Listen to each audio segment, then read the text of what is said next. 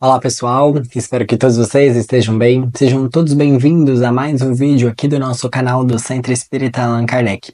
E no vídeo de hoje nós estaremos comentando o capítulo 33 da obra Estude e Viva, que aqui tomamos a liberdade de intitular este vídeo O Equilíbrio entre Aceitar e Mudar. Neste capítulo encontram-se as seguintes mensagens: Perdão em Nós, de Emmanuel, e a mensagem Resignação e Resistência, de André Luiz. Além disso, os guias espirituais nos sugerem as seguintes leituras complementares: o Evangelho segundo o Espiritismo, capítulo 9, o item 5, e a pergunta de 887 do Livro dos Espíritos. Sugerimos então que você pause esse vídeo, faça suas leituras, faça suas reflexões e depois venha para cá para que juntos possamos finalizá-las. Na certeza de que Deus é amor e o que Ele nos pede é que cada vez mais amemos uns aos outros, vamos estudar para que possamos então compreender como poderemos colocar na prática a expansão desse amor que tanto nos é solicitado. Bom, como de costume, iniciamos nossos comentários com a passagem do Evangelho. Essa passagem, o capítulo 9, item 5, nos faz recordar uma frase de Jesus em que ele disse: Bem-aventurados os brandos e pacíficos, pois estes herdarão a terra. Ué, mas a vida não seria, depois da vida, não seria ir para o céu? A gente vai continuar na terra, vai herdar a terra? Como assim?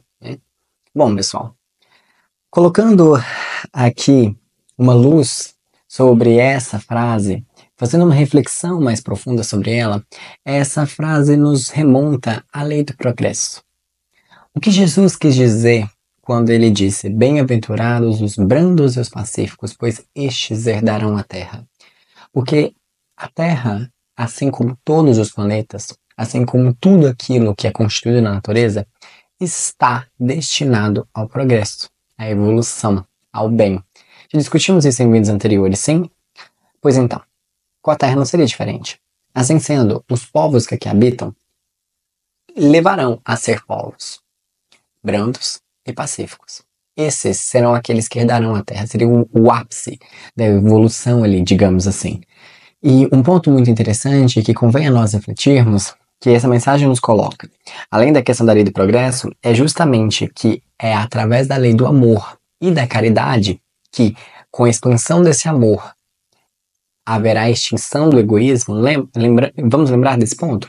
O egoísmo, quando pensamos somente em nós, em que pensamos que somente aquilo que está ao nosso redor, aquilo que está perto de nós é o melhor, ele acaba abafando as possibilidades de aumentarmos o nosso amor, sim ou não?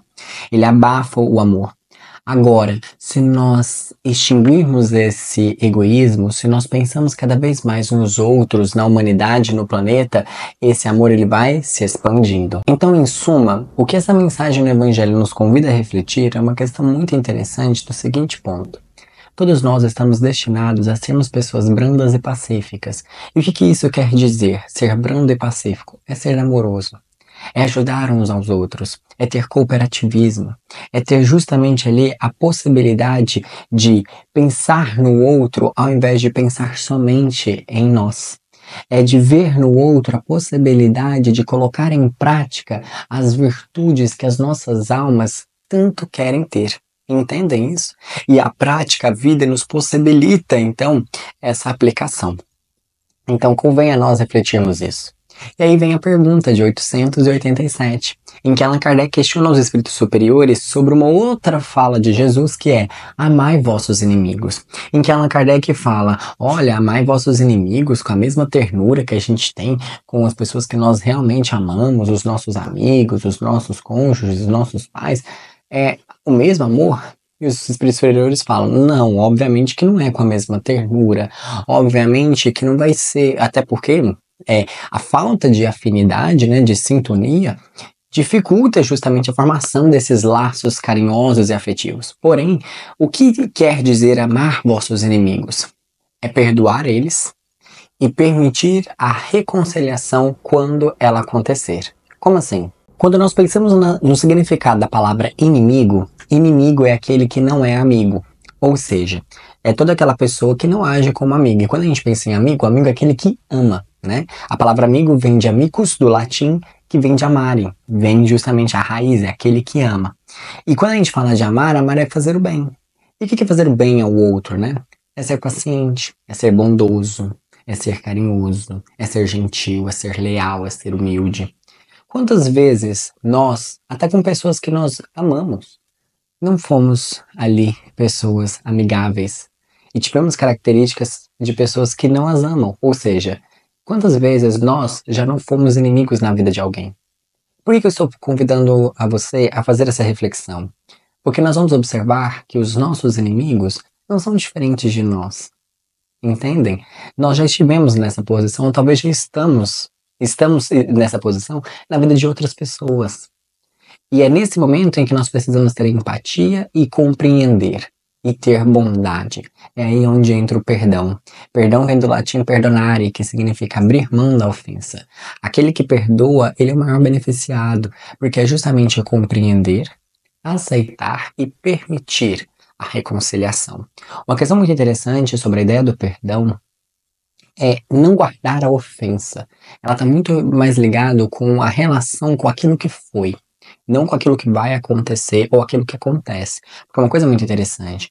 Perdoar não é ser passivo e aceitar os erros dos outros. Também já comentamos isso em vídeos anteriores. É colocar a sua posição, colocar o seu ponto de vista, falar, olha, isso aqui não está legal, isso aqui não convém, eu não aceito isso aqui não é amoroso, isso aqui não é gentil, isso aqui não é altruísta. Pelo contrário, isso aqui é ódio, isso aqui é egoísta.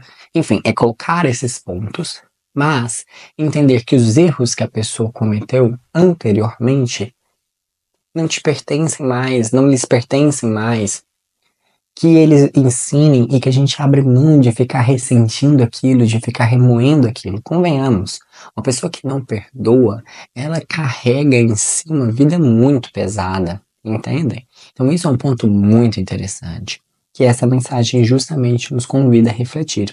Que quando então, né, melhor dizendo, essa pergunta, né, do Livro dos Espíritos, que quando nós pensamos então em amar nossos inimigos, é perdoar e retribuir todo o mal que ele nos faça com o bem. Ah, Joito, mas aí, né, eu vou ser bobo. Não, não vai ser bobo.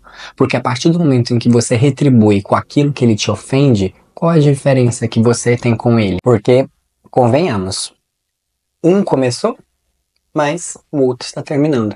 No fim, ódio, mal, mal. Não há diferença. Por isso a importância de nós retribuirmos o mal com o bem. E é nessas reflexões que vem a mensagem de Emmanuel, intitulada, né, Perdão e Nós. Em que Emmanuel justamente nos fala que perdoar é uma compreensão e uma bondade, é abrir mão dessa ofensa. Não é aplicável somente em grandes dores, somente em grandes acontecimentos. Pelo contrário, ele fala que perdão é serviço de todo o instante e que deve ser começado em tarefas pequenininhas, para que então a gente consiga fazer tarefas grandes. E olha que reflexão interessante que o Emmanuel nos coloca. Muitas das vezes, quando a gente pega uma pessoa amargurada, que não perdoa muito alguma coisa que o irmão fez, ou que o cônjuge fez, enfim, a gente vai analisar, ela já não consegue perdoar as coisas pequenininhas. E o Emmanuel traz, e nós queremos aqui ler com vocês, uma listinha que ele fez dessas coisas pequenas do cotidiano que nós talvez não perdoamos e que, se não conseguimos as pequenas, quem dirá as grandes? Olha aqui o que ele fala sobre uma questão que é importante nós perdoarmos. Ele fala, a observação que foi maliciosa, aquela pessoa que fez um comentário malicioso ali, foi rapidinho, mas você não perdoou, você ficou ressentido, você guarda aquela mágoa ali, você não entende que o outro falou aquilo pelo que ele é o máximo que ele consegue entregar. E tá tudo bem.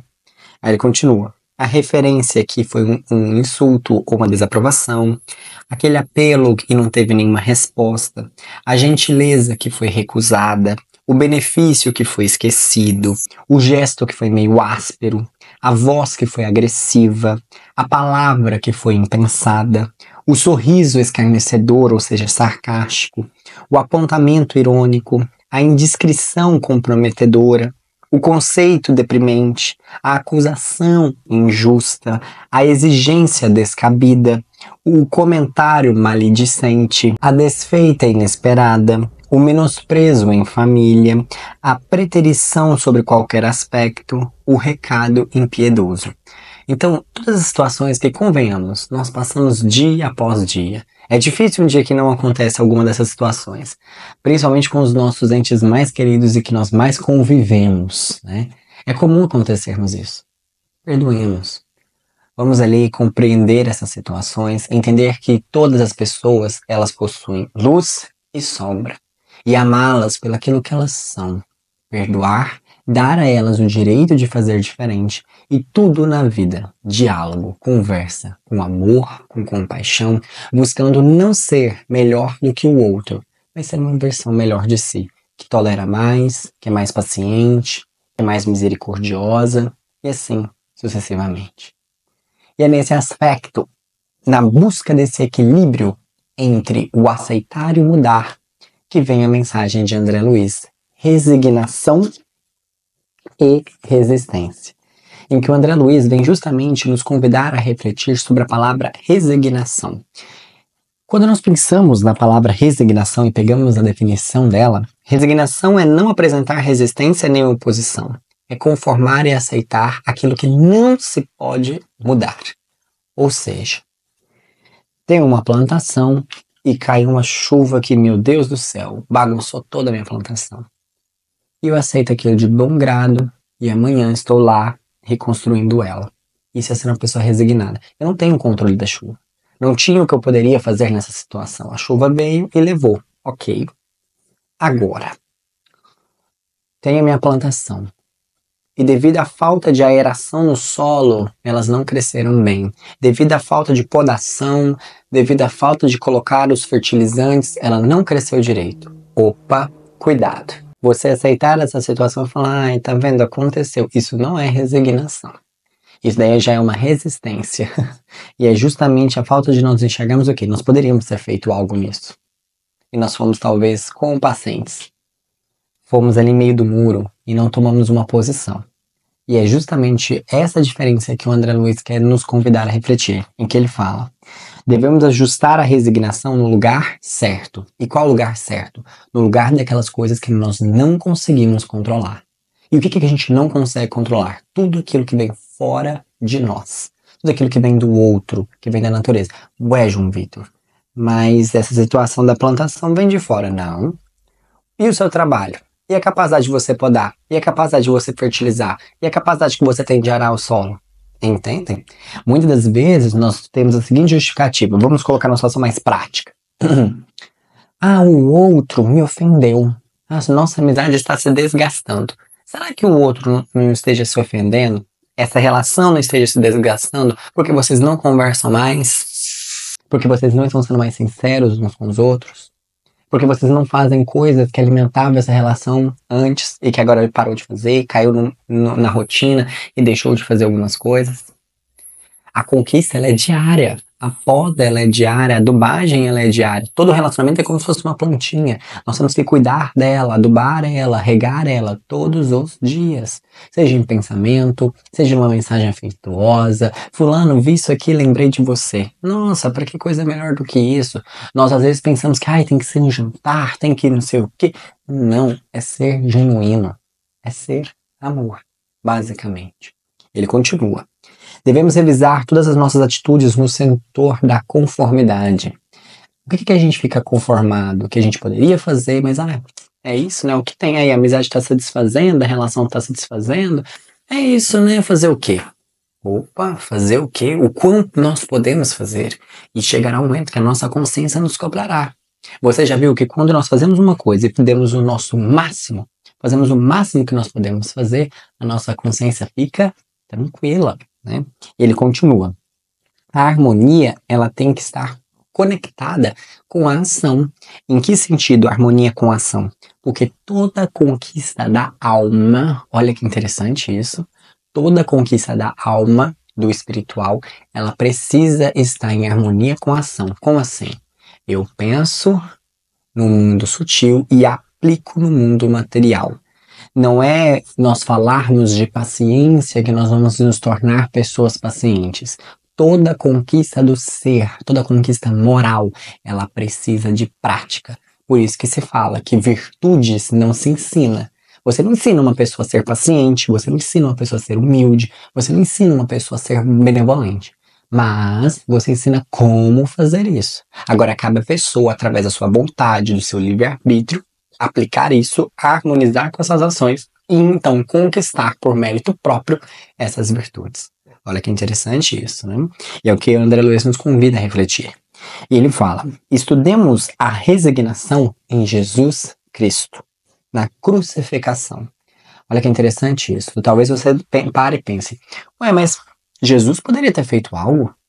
O médium formidável tinha toda ali a manipulação da matéria. Ele poderia evitar de justamente crucificar-se. Ele poderia ter feito alguma coisa. Ele se conformou com aquela situação. Pelo contrário. Pelo contrário. Olha para você ver que situação bonita de resignação que foi a do Cristo. Provavelmente, se ele tivesse ali não sido crucificado, ele provavelmente não teria feito o marco que ele fez na história. Por quê? Ele defendeu com a vida, ele defendeu com a morte aquilo que ele acreditava. Vocês entendem a profundidade disso? Uma pessoa passar pelo que ele passou e nos seus momentos finais aqui encarnado dizer: Pai, perdoe-os, eles não sabem o que fazem. Ele tinha que ter uma serenidade, uma tranquilidade tão profunda do que ele estava falando, de que realmente a vida não terminava ali, ela tinha uma continuação. Então isso é um ponto muito interessante, porque pare e pense, se Jesus não tivesse, melhor dizendo, sido crucificado, ele teria sido conforme com aquelas leis, com aquelas crenças limitantes sobre a religião, sobre os poderes que tinham na época. Ele ter sido crucificado, ele ter resistido a toda aquela pressão, mostra que ele era convicto das suas crenças. Quer ver um outro exemplo que me vem à cabeça também? Antes de Jesus, Sócrates. Sócrates foi condenado à morte. E ele a beber veneno. Ele bebe o veneno.